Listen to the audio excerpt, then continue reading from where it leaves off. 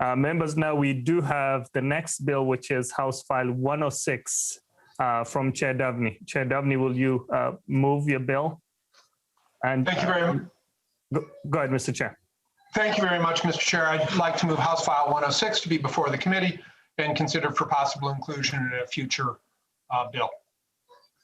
Thank you, Mr. Chair. And I've talked to some of the members. You do have a technical amendment to the bill. Do you want to move the technical amendment for the bill? Thank you, Mr. Chair. I'd like to move the HF106A1 amendment to be before the committee. Thank you, Chair Davnie. So your amendment is a technical amendment. Did you want to cover a little bit and describe the amendment? Certainly, Mr. Chair. Members, House File 106, as it currently stands, proposes repealing the provision in Minnesota's unemployment insurance statutes that discriminates against individuals who are receiving either Social Security disability or Social Security old age benefits when they apply to also receive unemployment benefits that they would otherwise have earned. The A1 amendment simply deletes all references to Social Security from statute, because if House File 106 were to become law, any references to Social Security would then be redundant. I ask for your support. Thank you, Mr. Chair. The A1 amendment is before us, members. All those in favor, please say aye. Or any discussion, Aye. sorry. Aye. Aye. Aye. Aye. So I gather that is there is no discussion. Everybody has voted aye. Opposed? See none. The motion is adopted. Mr. Chair or Chair Davnie, to your bill as amended. Thank you very much, Mr. Chair and members. Thank you for the vote on the A1 amendment. As I indicated, House File 106 proposes a repeal of two provisions in statute that penalize those otherwise eligible unemployment insurance applicants who applied for Social Security old age or disability benefits during the time that later becomes part of their base period for determining state unemployment insurance benefits. Minnesota is now the last state in the nation that discriminates against these Social Security beneficiaries in this way. Senior citizens are now the fastest growing group of student loan borrowers. That may come as a surprise for members, but the point is, and I'll have a couple of other examples, retirement, as we might think about it, is not the retirement that it used to be. According to a 2019 study by Synchrony Bank, the average person approaching retirement has accounts totaling $172,000, far too little to maintain a dignified and long life. The National Council on Aging reports that 30% of older households are paying mortgages or home equity loans. 25% of seniors are financially insecure, living on less than 250% of the federal poverty level, also according to NCOA. 30% of retirees rely on credit cards to pay basic household expenses. The rising cost of healthcare that we're all aware of can often challenge the elderly. And as we know, the number of defined benefit pension plans has plummeted 73% since 1986. So, as I've said, retirement today is not your father's retirement. We currently have a state approach that errs on the side of making sure that an individual who had a high-paying job, retired, and then took a low-paying job to stay active, stay engaged in their community, and then lost that job through no fault of their own and applies for Social Security, is not disproportionately benefiting from our UI system. But what we're not doing then is recognizing that there are many individuals who enter their golden years in a financially moderate position, having earned moderate income throughout their life. And for them, having a job after applying for Social Security is not something to keep them busy, it's something to help pay the bills. And I would contend, and my testifiers will contend, that it is not appropriate then for the state to discriminate against those people who are otherwise eligible to receive unemployment insurance benefits. I've got two testifiers with me today, Mr.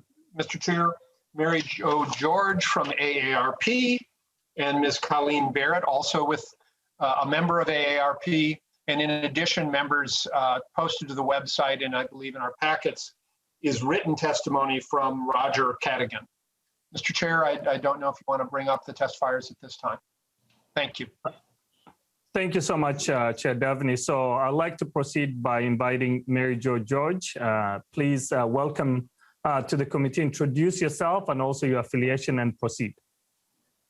Okay, can you hear me? Yeah. Yes, we can. Okay, great. Thank you. Good afternoon. Chair Knorr and members of the committee, my name is Mary Jo George and I'm the Advocacy Director for AARP Minnesota.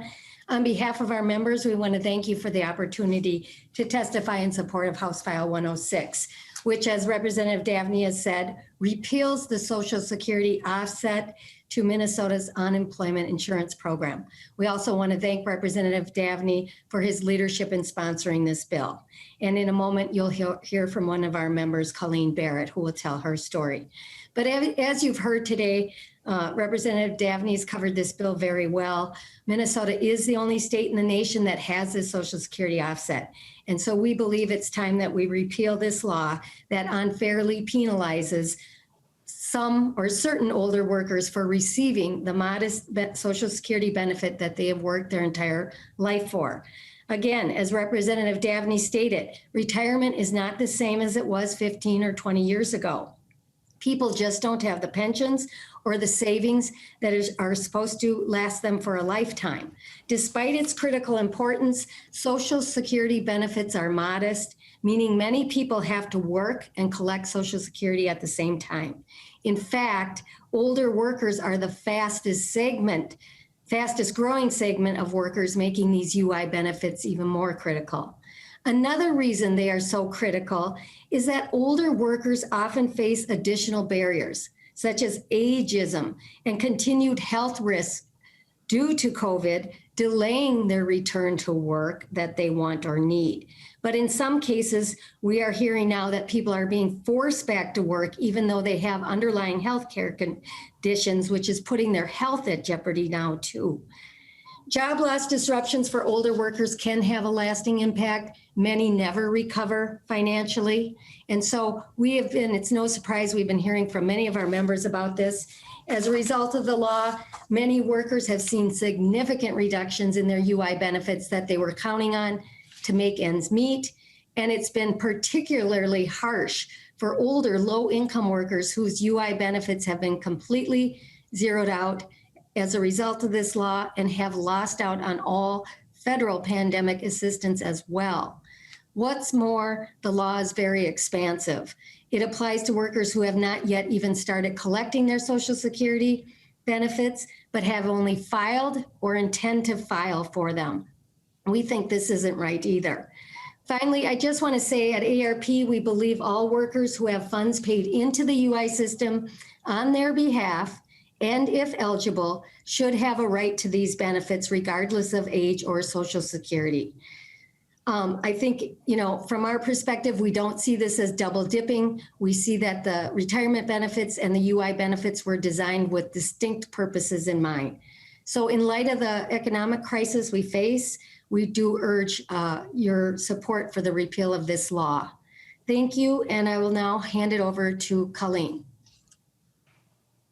Colleen, Colleen Barrett, welcome to the committee and introduce yourself and proceed with your testimony.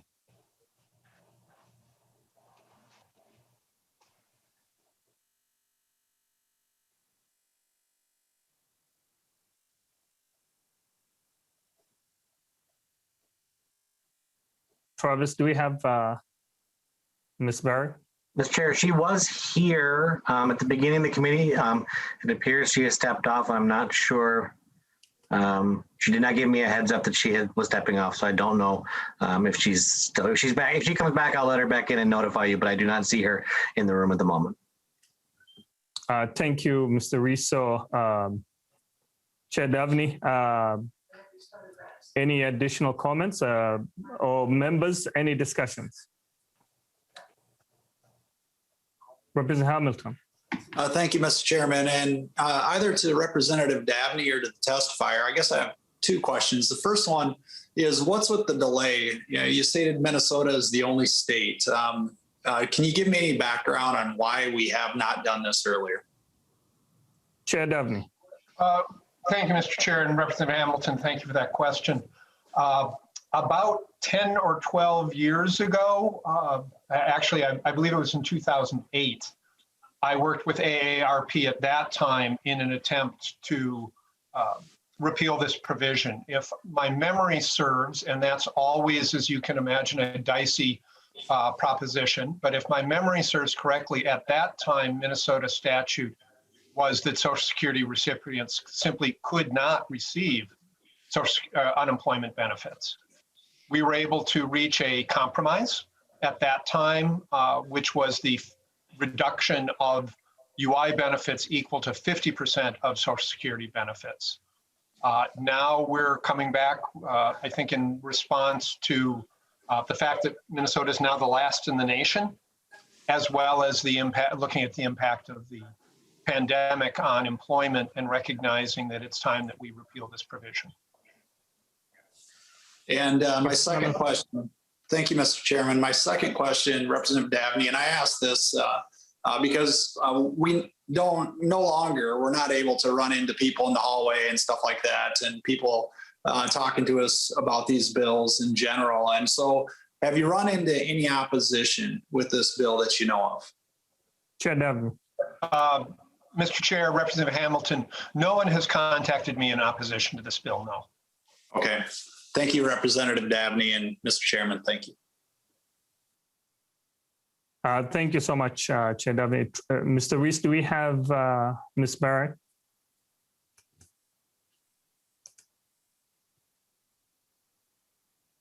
Oh, sorry to hear that. We were just informed that her computer crashed and it's in the virtual system that we operate sometimes.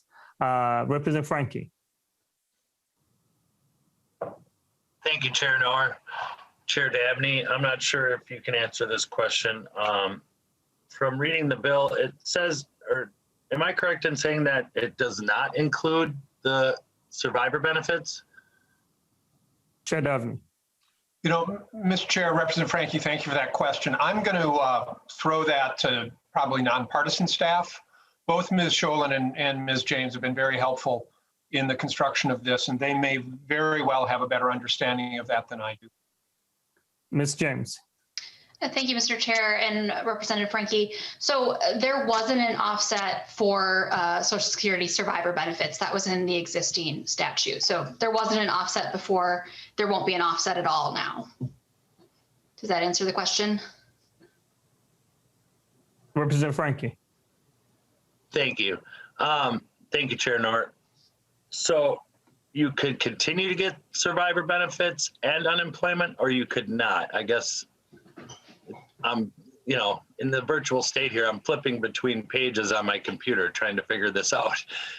And if not, why does survivor benefits is not included? Ms. James?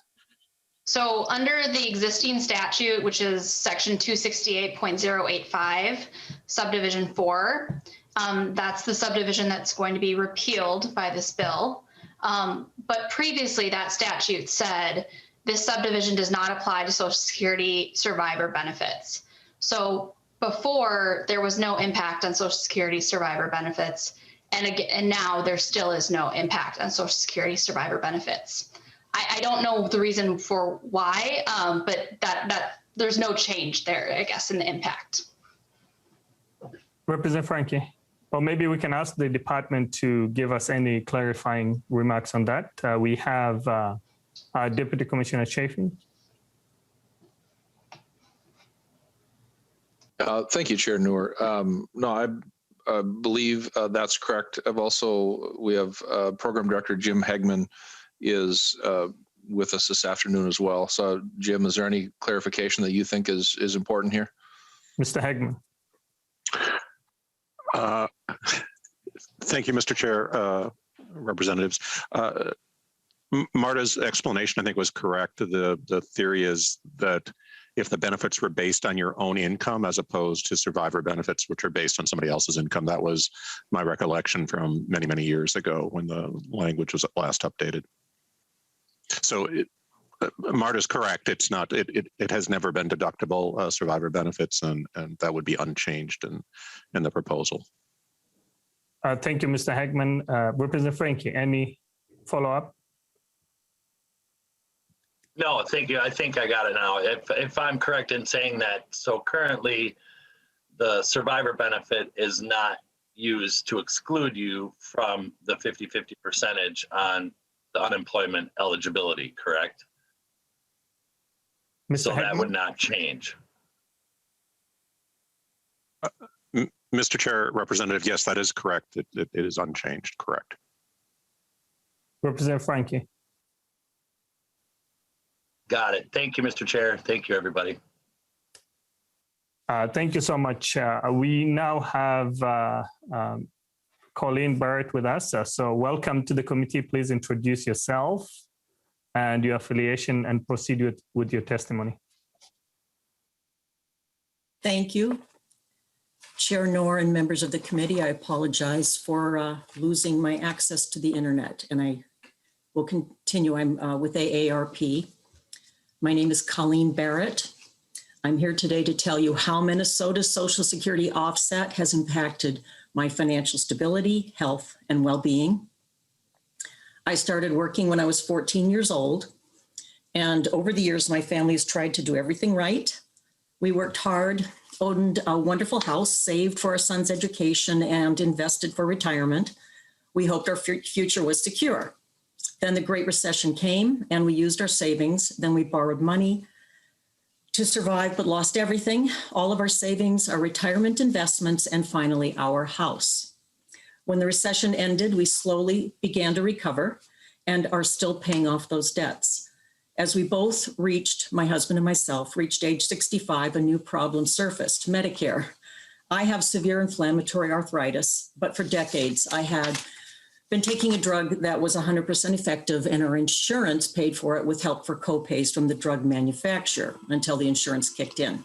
At 65, we're required to go on Medicare, and suddenly this effective and life-saving Tier 5 drug became prohibitively expensive. It went from $5 a month to $1,650 a month copay. I'm saying that smiling because it's pretty brutal. So at the age that many hope to retire at, I had 2 part-time jobs and claimed Social Security earlier than I had hoped to do. My Social Security is $906 a month, and it's not enough to cover drug, much less share of food, utilities, rent, transportation, and our college-age son who now lives at home and is taking community college classes from home. When the COVID-19 pandemic resulted in the closure of both of my employer's businesses and I was laid off, I qualified for $132 a week in unemployment insurance benefits, but I learned that I would only get $23 a week. Why? Because I get Social Security and Minnesota offsets my unemployment payment because of that. Not getting my full unemployment benefit insurance is once again spiraling me towards financial insecurity.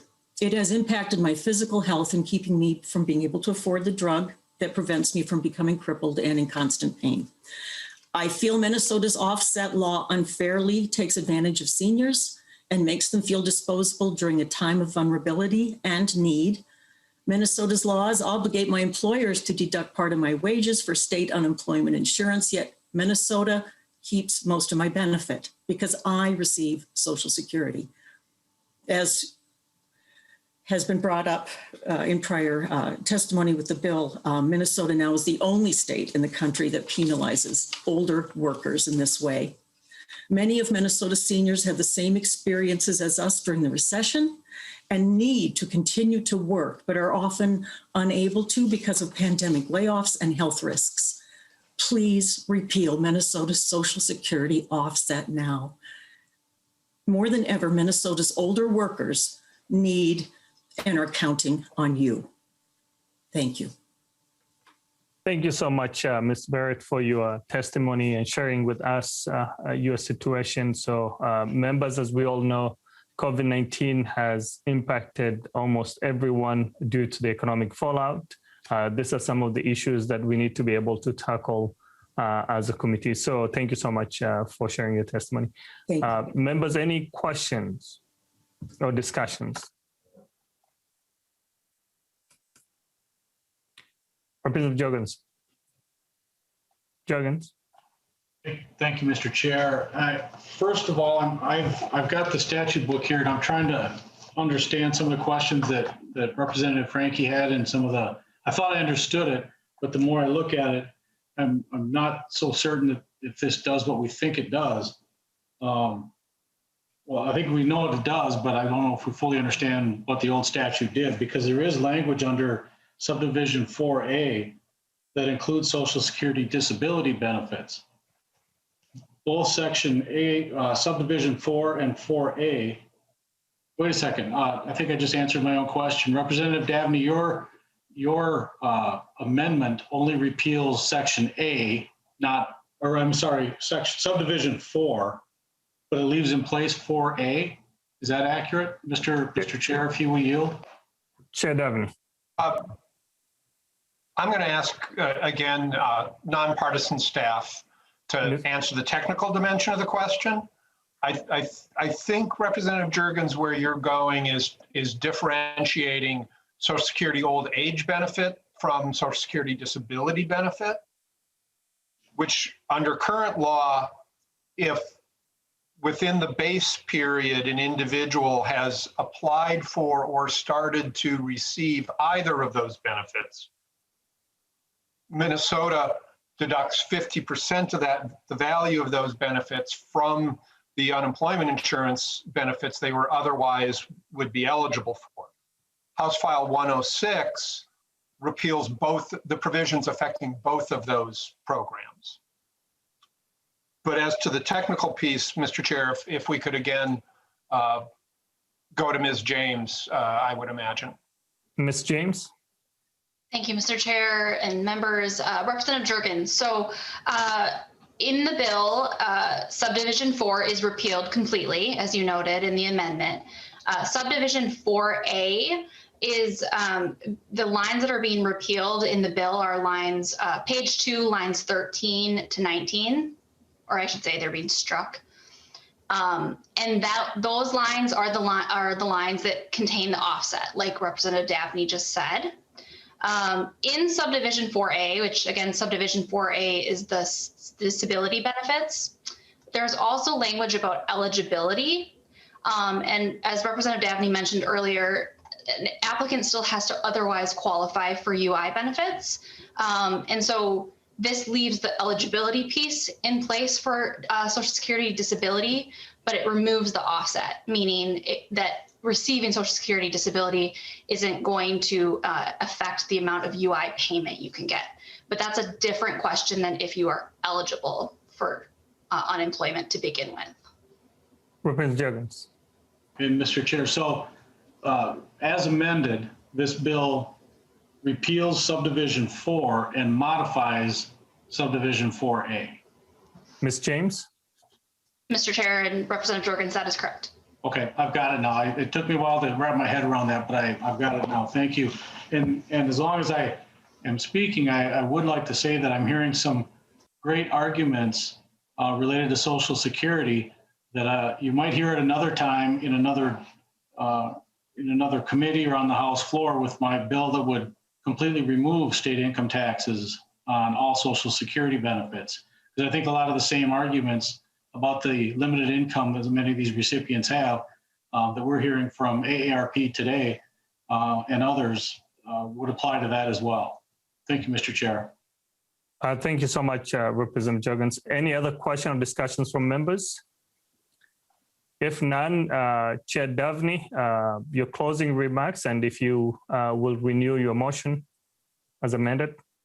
Thank you very much, Mr. Chair. Thank you, members, for, again, your support for the A1 amendment, also for the conversation. Thank you to staff for their support and assistance on this, and to the testifiers. Members, as I said in my opening comments, the way Minnesota statute is now is we bias the system to avoid that rare situation where a highly paid individual retires, goes on Social Security, takes a moderate paying job, and then loses that job and applies for unemployment benefits. I think there's a simpler way of responding that biases instead towards that moderate income employee who's spent their lives in moderate paying jobs and now trying to balance off their economic needs has applied for Social Security as well as continuing to work. The simple approach is also a traditional American approach. I've got good news, members. Pitchers and catchers report tomorrow. Spring is coming. And the tradition in the United States and the tradition in baseball is the tie goes to the runner. When the ball and the runner arrive at the base at the same time, tie goes to the runner. And I would say when retirement benefits and unemployment benefits arrive in someone's life at the same time, tie should go to the runner and they should receive the full unemployment benefits from Minnesota that they would otherwise qualify for. Mr. Chair, with that, I'd like to renew my motion that House File 106 as amended be laid over to pass, be laid over for possible inclusion in a future bill. Thank you, sir. Thank you, Chair Davnie. Well stated. As you noted, Chair Davnie renews his motion, House File 106, as amended, be recommended to be included in the omnibus bill. So thank you so much to the testifiers and everybody.